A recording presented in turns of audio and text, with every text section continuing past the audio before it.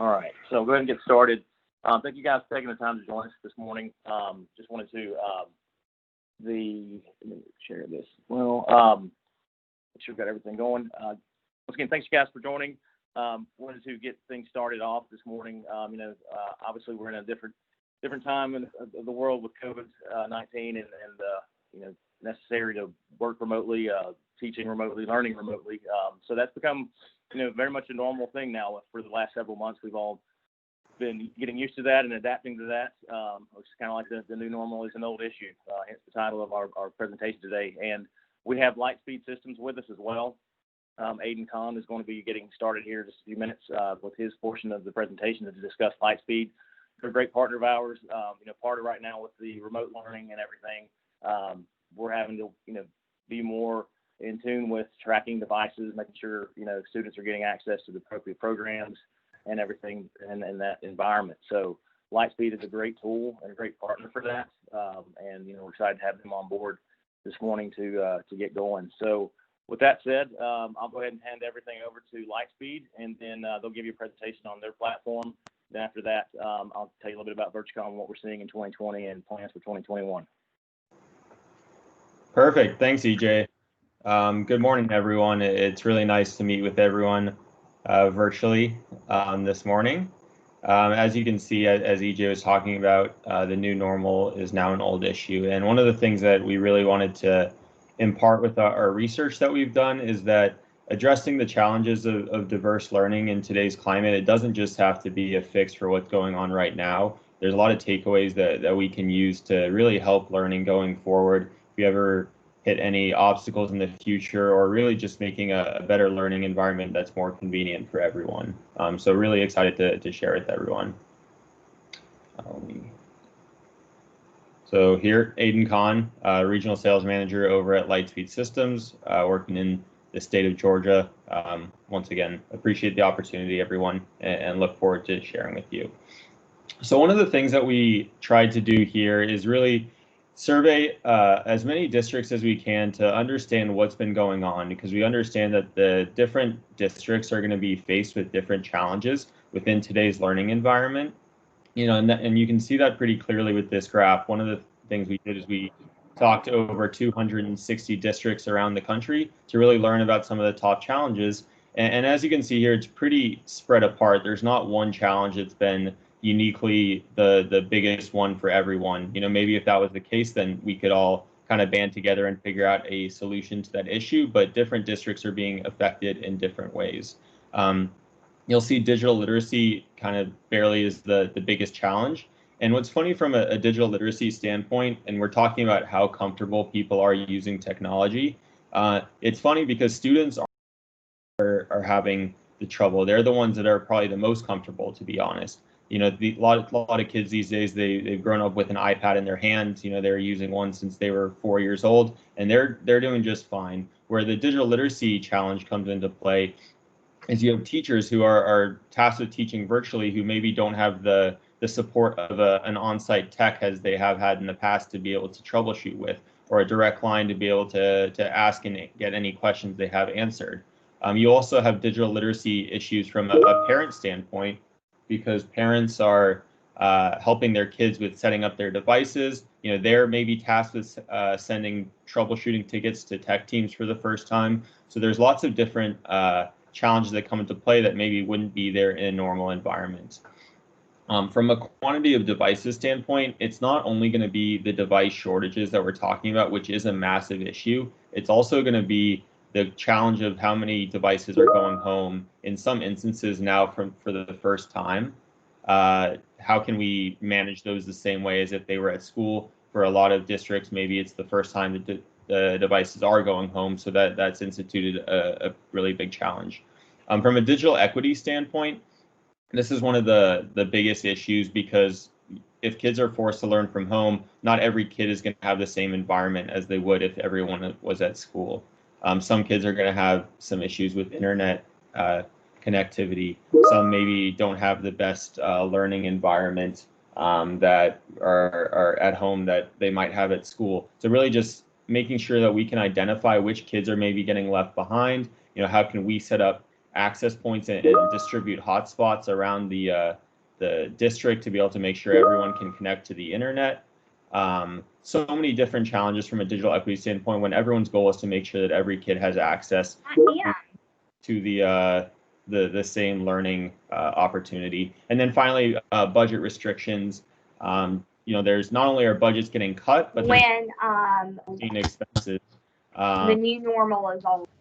When there's so many unforeseen expenses from things you might not have budgeted in the past, because quite frankly, who could have seen this coming? So there's a lot of different challenges.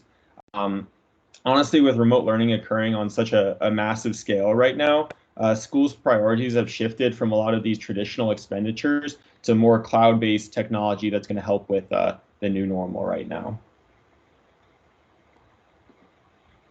So last slide, we were looking at the top challenges faced by K-12 tech teams. This is going to be some of the solutions that we've had to these challenges. The thing that stands out to me is how many districts have had to purchase additional devices. Of course, that was a little hard to come by the end of the year. There are device shortages everywhere. So what's interesting in talking to these districts is it's not just purchasing additional devices. Some of these districts are pulling old devices that they might not have used in a couple of years out of their cabinets, old Windows devices, old iPads, just to make sure that every kid has a device to go home with.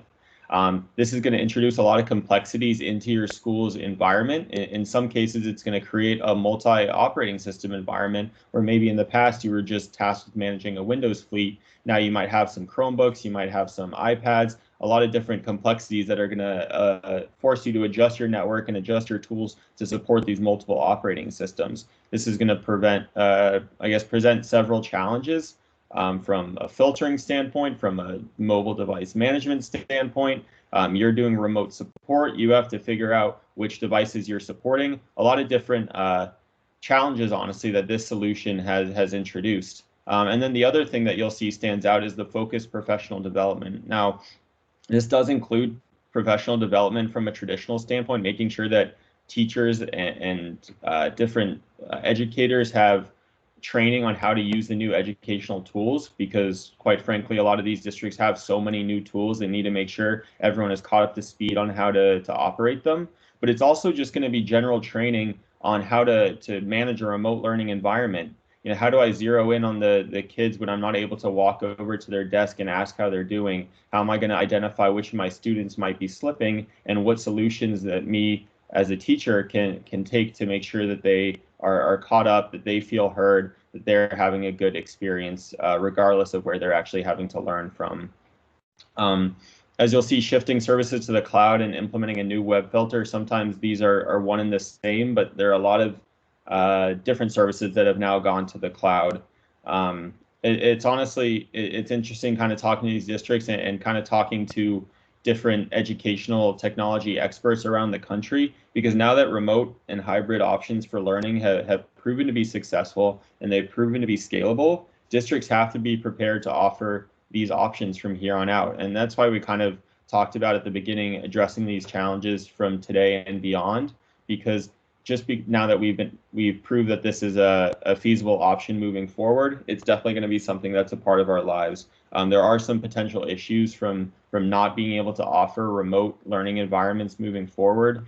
Ed Week has reported some enrollment numbers dropping at districts who haven't been able to offer remote environments since school started. At the same time, private and charter school enrollment is rising due to the same factors. Another potential consequence of not being able to offer a remote environment is going to be loss in federal and state funding. I know Texas, for example, is now requiring schools to offer a remote and hybrid option or face risk of losing some funding sources. And really what we want to impart here today is that remote learning, it doesn't have to be difficult. It doesn't have to be expensive. We have so many options out there that make it easy, that make it affordable, that make it scalable. There are lots of cloud solutions out there that are going to guarantee the same level of operability regardless of location. As long as a kid has access to the internet, it's going to work the same way. And that kind of comes in where we find ourselves as the expert on the filtering standpoint.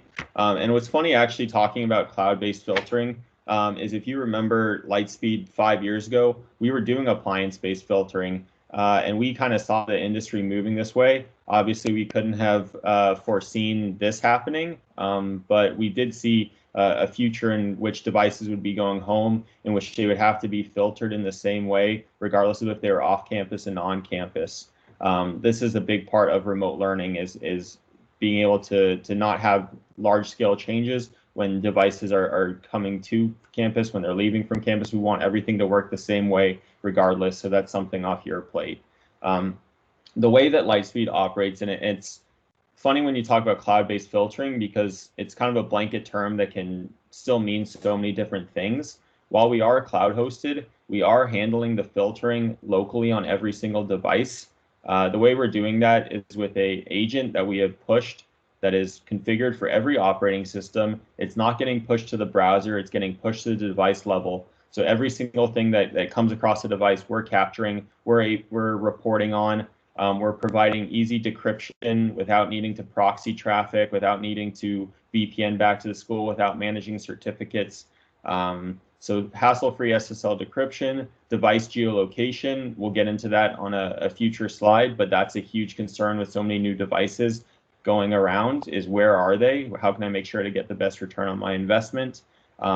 Student safety monitoring is included in our filtering solution at this time. We have a lot of concerns with the mental health of students who are maybe not seeing their friends every day and are kind of feel trapped learning from home all the time. We want to be able to alert the necessary parties, whether it's a counselor, whether it's a safety director, on what's going on with the kids. And then finally, we have some reports that have been custom configured for COVID-19 to be able to show you how kids are learning, identify kids that are getting left behind, and really just show the success of your remote learning program.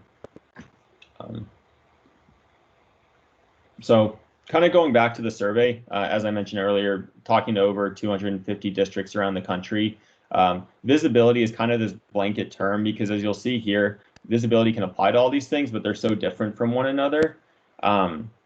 The thing that is interesting about student online activity is it can no longer be what it was 2 years ago. It's gone are the days where you can just look at what sites were allowed and what sites were blocked, because that's not giving you the full picture on how your remote learning program is going, what other tools we have to adopt, and once again, which kids are getting left behind. You really need a lot more holistic context into what things are going on with each kid and with the district as a whole. As I mentioned on the last slide, device location is a huge initiative right now. You need to be able to get a return on your investment. It's so hard to get these devices. The last thing we would want is to not know where they are or be able to locate a lost or stolen device.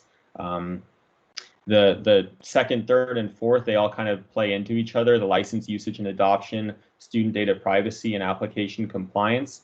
The first goal here is to be able to identify what applications are running in your network, and then you can see how often they're getting used, if they're being compliant with different state, federal, and individual district compliance regulations.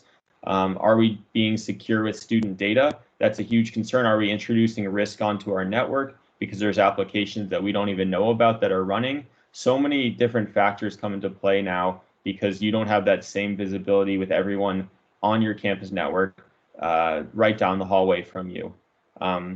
The visibility that really has been indicated by districts that they need more than anything right now is which students are logging in, and probably more important, which students are not logging in, when they're logging in, when this learning is occurring, which educational content is being consumed, and all of this kind of gives you a full picture of how successful your remote learning program has been. And I think a lot of this starts with that kind of application identification and educational content usage consumption. So those kind of sounded like buzzwords, and we'll kind of get into that in the next slide, because we have configured another solution to help with that. Our analytics platform is designed to really provide visibility and help with increased educational effectiveness by helping surface actionable data on how students are learning and student data privacy compliance. So what does that mean? What the analytics platform that we have put together is doing is, first and foremost, it's identifying every single application that is running in your environment. we have this agent locally that is capturing all the call home traffic from device-based applications, browser-based applications, extensions pushed to Chromebooks. You don't know what you don't know. So we're helping uncover a lot of applications that maybe the tech teams don't know about. Maybe the teachers went in and downloaded an application that's been a huge help and the tech team doesn't even know about that. And now you can adopt it district-wide. That's what the analytics platform starts with.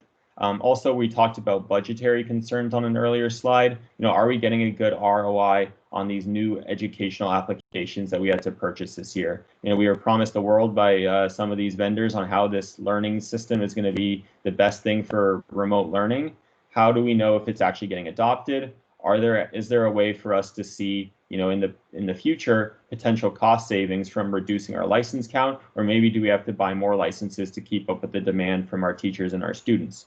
And then finally, with identifying these applications comes into how are they meeting data privacy regulation standards? If I bought this application, how can I make sure that it's not selling my student data for advertising purposes? How can I make sure that it's not keeping my student data indefinitely? How can I make sure it's COPPA compliant or FERPA compliant? So many different things are coming into play as more and more states are passing these data privacy regulations. And this is kind of your one source of truth for knowing what's going on.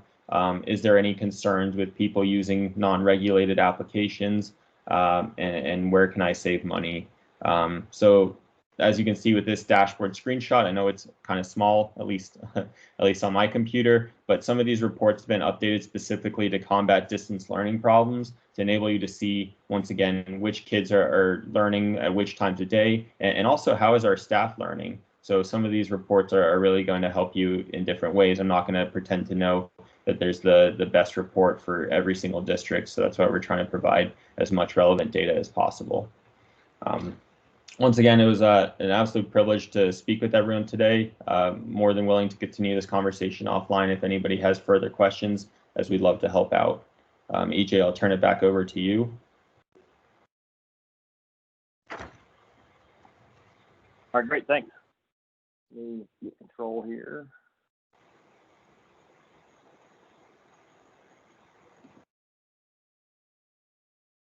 All right. Very good. All right, thanks, Aiden. Very good information on Lightspeed, and like you said, we can definitely continue that conversation offline. We'll actually have our virtual booth. I have folks there all day today as well, so feel free to stop by. Any questions, we can definitely pull in Lightspeed and address any questions you guys may have. But once again, thanks, Aiden, on that. And I just want to kind of present VirtualCon to you guys to kind of give you a brief overview. This is actually our 25th year anniversary. Ideally, we would prefer to be there at the conference, doing some activities and whatnot for celebrating that time of year for us for the 25th year. But here we are in the remote world. But once again, my name is EJ Owens. I'm a senior relationship manager here at VirtualCon. Just kind of once again give you some brief overview on VirtualCon and kind of segue into what we're seeing here in 2020. Once again, started in '95, so once again, it's our 25th anniversary. Our CEO, Jenny Tang, headquartered here in Metro Atlanta. So we're a total solutions provider, so we obviously provide hardware and software services, but also technical services, so support, accidental damage protection, warranty coverage, those kind of things. But also we partner with great groups like Lightspeed as well, where we can implement that into your environment and from a device management standpoint. We're strictly in K-12. That's all we do. That's all we know. Eat, breathe, sleep for 25 years. So that's our focus.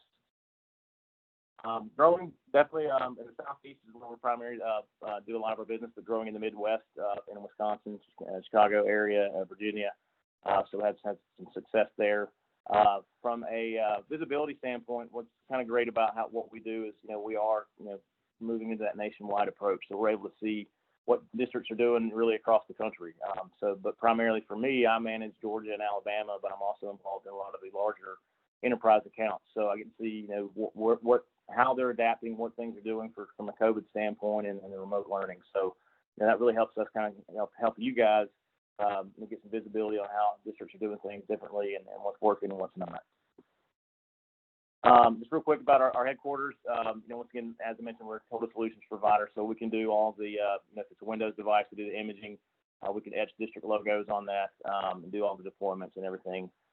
We've got some multiple offices throughout the country that we've actually need to update this. We have some more in Virginia and some other offices coming online in the Midwest. That's where we can to scale appropriately. And I want to talk through some of this real quick, the major components of technology education. This is obviously kind of stuff you guys are already aware of, but really kind of, ties into where we are with this remote learning. Big thing, like Aiden had mentioned, is, professional development.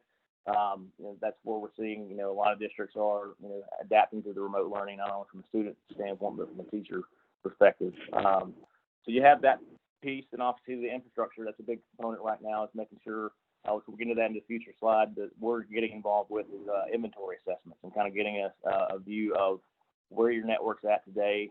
Does it need to scale up for the, handling the remote connectivity that you're onboarding now? And ongoing support, we'll hit that as well in a future slide.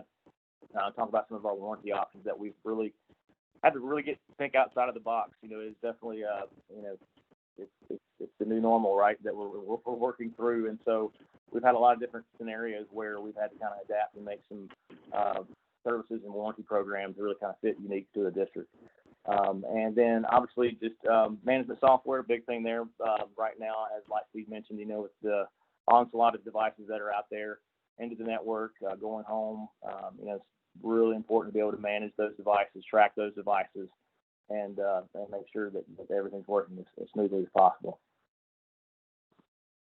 Okay, what we've seen in 2020. So obviously the most common thing, as Aiden mentioned as well, is the increase for additional devices, increased need for additional devices. So that has been by far one of the biggest hurdles that we've dealt with over the last 8 months or so, since COVID really hit hard and districts were closing and going remote. So it's one of those things where districts may already be one-to-one, where they have a device for every student, or it may be a scenario where they're kind of halfway there. Maybe they have some devices where kids could take them home, but now it's definitely a need for every student to have a device. So it's been very interesting to watch. We've been involved in scenarios where obviously it's right now in general, I would say 89% is Chrome or Microsoft, and you do have some iPads out there in the iOS environment. So you definitely have that blend, as Lightspeed had mentioned, and that's kind of the great thing about their platform is that they're agnostic in regards to OS, so it works on Chrome, Microsoft, Apple. So that's important from that standpoint, from a device management, but also from a deployment and support standpoint. What we've seen is districts that have traditionally, for example, been Chrome. It's been a very well absorbed platform for a lot of districts over the last few years. But Chromebooks are a scarcity right now. It's very hard from a manufacturer to get these things in time for when you need them, especially with districts starting school back online now. It's going a little bit different earlier in the year. As everyone's kind of adapting and going into the summer, devices that's when we were trying to get them in as quick as we could for different needs, different districts. So what we've actually seen is switch to a different operating system. We had a district in Alabama that had traditionally been Chrome, but it became a need, and a superintendent was involved, and even the community and the board. Hey, we've got to get these kids devices. At that point, it became, ultimately everything's already online for their testing and whatnot, and just the digital needs from a classroom perspective. But they made the switch from Chrome back to Windows. So obviously there's some professional development needs there to make sure everybody's on the same page as far as what programs need to be used. We work with them as well, since you're kind of shifting from Chrome to Windows. Imaging becomes an important part there. So certain applications that we need to load up, we do that at our warehouse remotely to get everything set up. So when we take them to the district, they log in, they're ready to go. So that's been an interesting thing to see, kind of a switch back and forth between OS, not necessarily by preference, but it was by device need.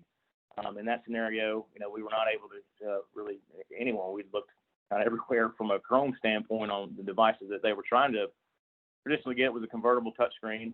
They were really way on back order, and the superintendent kind of had some deadlines. He had already communicated to the community and to the board that they needed to hit that date, and we were able to work with one of our manufacturer partners to get that in time. And so we had about 10,000 Windows laptops that we were able to get in a matter of weeks. So, we've seen that, and that switch from Chrome to Microsoft gave them the ability to, get devices out to the students. And they've been very successful in integrating both the existing Chrome devices that they have and the new Windows devices. Because at the end of the day, they're able to use the same applications also on different OS platforms to handle the needs of the class and the instruction. And so on that note, we're seeing more need for support and deployment services. So the more devices, the more help you need, the more a lot of districts don't have staff to deploy thousands of devices that that you're potentially getting into. Obviously, districts range from small to large, and we service all of those.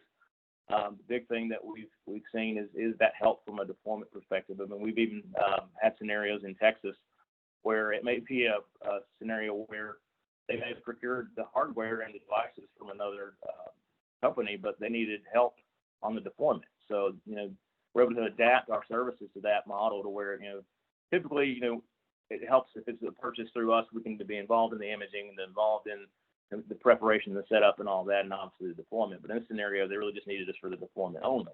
So we were able to help out. We actually worked through some weekend time frames there to get some deadlines hit to where we could get things deployed out in time for the students and get everything going for them. And we're seeing shift back to accidental damage protection. So, in the beginning, let's say even a couple of years ago, as devices are becoming more and more prevalent on the network, some folks were just not really needing accidental damage protection. They would just get more devices, right? Now, obviously, more devices is kind of a struggle to get from an inventory and supply and demand scenario we're seeing. So we're seeing districts look to add accidental damage protection back onto existing devices.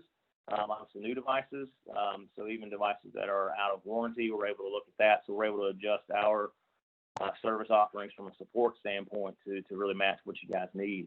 And so that's where it kind of becomes beyond the manufacturer warranty. So, that covers for accidental damage, that covers, any drops, spills, that kind of stuff, cracked screens. And as these devices are going home now, they're obviously being more mobile. So, we are seeing some more damage rates in regards to devices and whatnot. And inventory assessments, kind of what I mentioned in the infrastructure piece a couple slides ago. So very interesting time right now. A lot of districts have had devices, kind of like Lightspeed had mentioned, you guys can be pulling stuff out of closets, things that hadn't been used in a couple of years. Kind of hitting on this, what do we have? What can we reuse? What do we need?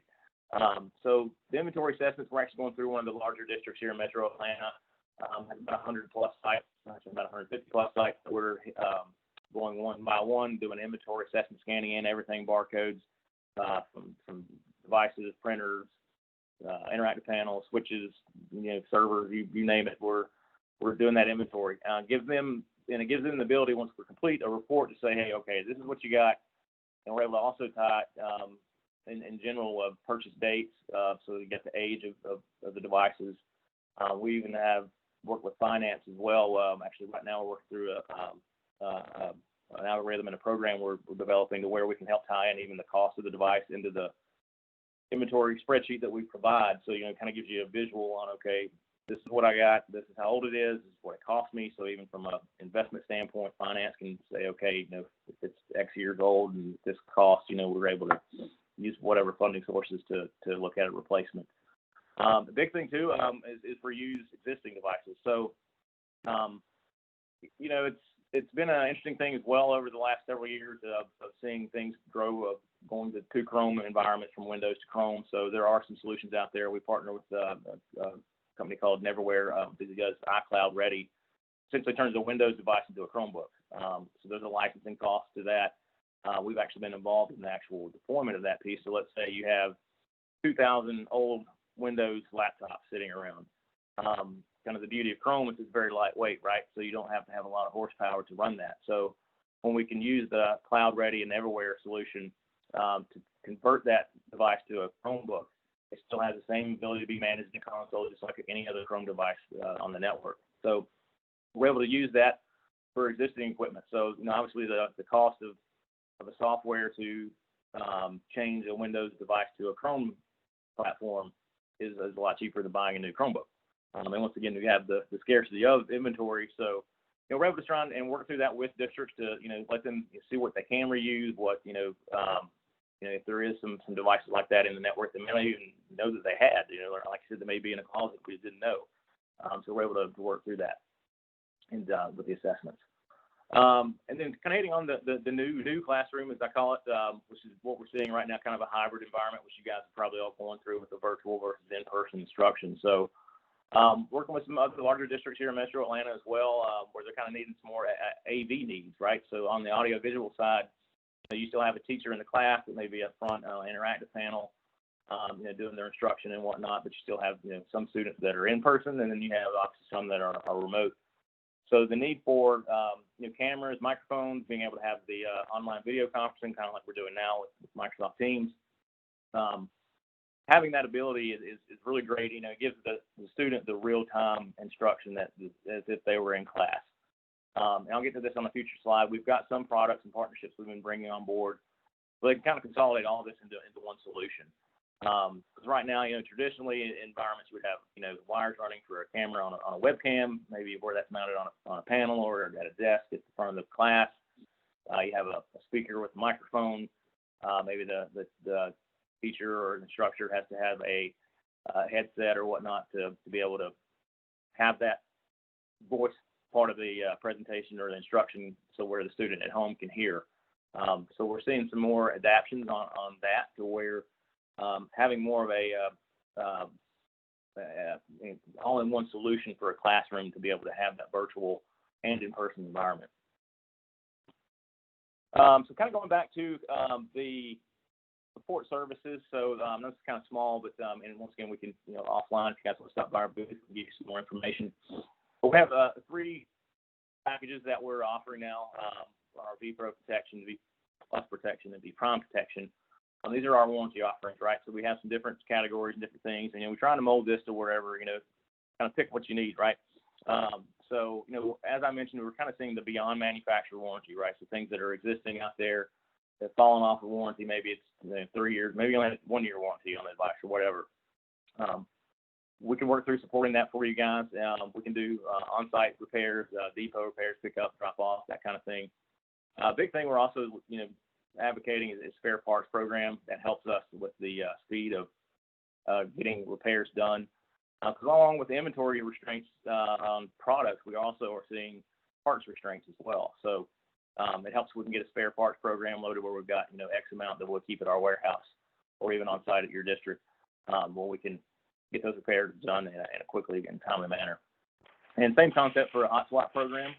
That's been a big thing as well. So right now, devices are important. So if the student has a device that's damaged or not working correctly, we're able to have that hot swap program to where the student puts in, or teacher, instructor, whomever, technician puts in a ticket with us. We're able to get a similar device into the hands of the student while the other device is being repaired.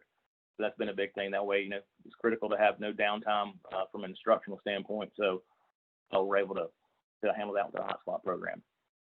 Then accidental damage, as I mentioned, kind of a normal term you've probably heard over the years now. So just kind of obviously the things that are covered, spills, breakage, all those different kind of things there as well. But the big thing as well with COVID-19, we're obviously working through, adapting on how we do repairs. So disinfecting, sanitation, that's a big thing for us. So obviously make sure we get everything sanitized appropriately whenever we're doing repairs and get them returned.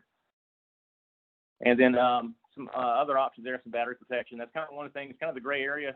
Most device manufacturers, HP, Dell, Lenovo, you name it, all only have a 1 year battery warranty on their from a part standpoint. So we're able to actually offer a battery protection plan as well, to where if it's 2-3 years down the road, battery failure is starting to happen or it's not charging correctly, we can cover that for you as well.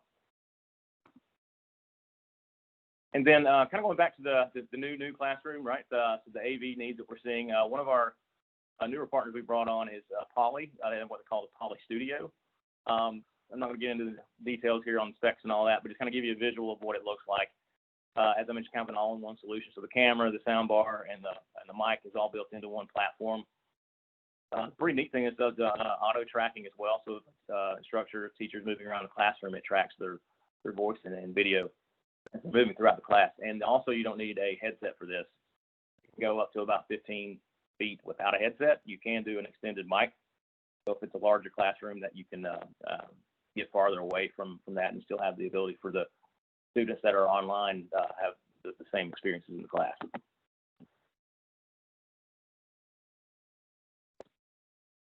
Okay, and what we see in 2021, that's around the corner. Obviously, hopefully the craziness of 2020 will slow down in 2021, but we really expect to see much of the same.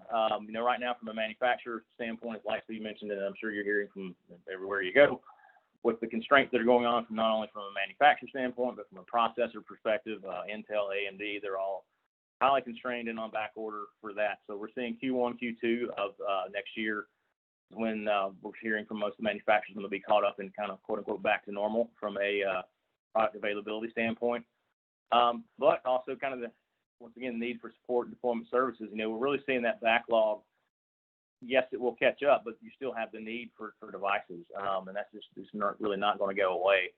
And you know, once again, we're able to adapt there if you guys need help with any assistance on support and deployment, which also kind of ties back to our hot swap and ADP programs as well. And kind of back to the inventory assessment, you know, re-inventory existing fleet of older devices. So once new devices are available, you can get those back into the fleet and the network. You know, you had that old stuff that was out in the closet that you didn't know you had. You know, we can get those back in, and you know, we work with districts on that as well. On you know, for example, pre-COVID, some districts would bring their devices back in the summer. We would actually sanitize those. We would do a power wash on those. If it's Chrome, where it refreshes the operating system. If it's Windows, we could re-image it, those kind of things. So we can still help with that. You know, as you get new devices to replace them at older gear, we'll bring it in, and even times we're maybe even use it for parts. You know, if you have you know, kind of a standard model that you still have some devices that are going to be used that may be a little older. We've seen districts work with that, and we've worked with them on having those spare parts on older equipment as well. And then once again, big thing is, like I said, with our partner Lightspeed, is monitoring and device management. I mean, I think that's just absolutely not going away as we work through the more remote environment that we have and distance learning. That's just a critical piece that districts really need to make sure. Now, kind of like Aiden had mentioned, even from an ROI perspective, you are investing in these new devices. You want to make sure you can track them where they are from an inventory management perspective. So that's all I have. Like I said, just wanted to go over what we've seen in 2020, what we are predicting in 2021, some areas where hopefully we can help you guys with districts on supporting your fleet, you know, trying to get that the new normal behind us, right, and how we manage things moving forward in regards to supporting your network, supporting your students, and supporting your teachers and staff, and making sure instruction is always live and ready to go. With that, if you guys have any questions or anything, I'll open that up. If not, I'll hand back over to the JATC team. Once again, our virtual booth is open. Please stop by if you guys have any questions. We'd be more than happy to talk with you. And you know, if you guys want to interested in any demo products with Lightspeed, we can absolutely work with that. If you guys want to just kind of test it out, we can get that set up for you as well. So once again, thank you guys for your time, and appreciate you guys attending. Thank you. Thank you. If you guys have any questions, please feel free to type them in the chat or even come off of mute and ask EJ. If not, we thank you for joining. Please make sure that you click on the red leave button in the upper right-hand corner to make sure that you've left this session. Otherwise, we will stick around and be able to answer any of the questions that you have. Thank you. Great, thank you. Is there a sign-in sheet for this session? There's not a sign-in sheet, but there is a session evaluation if you want to complete that. Back in the channel, up at the top on the tab, there's a session evaluation, but there's no sign-in sheet.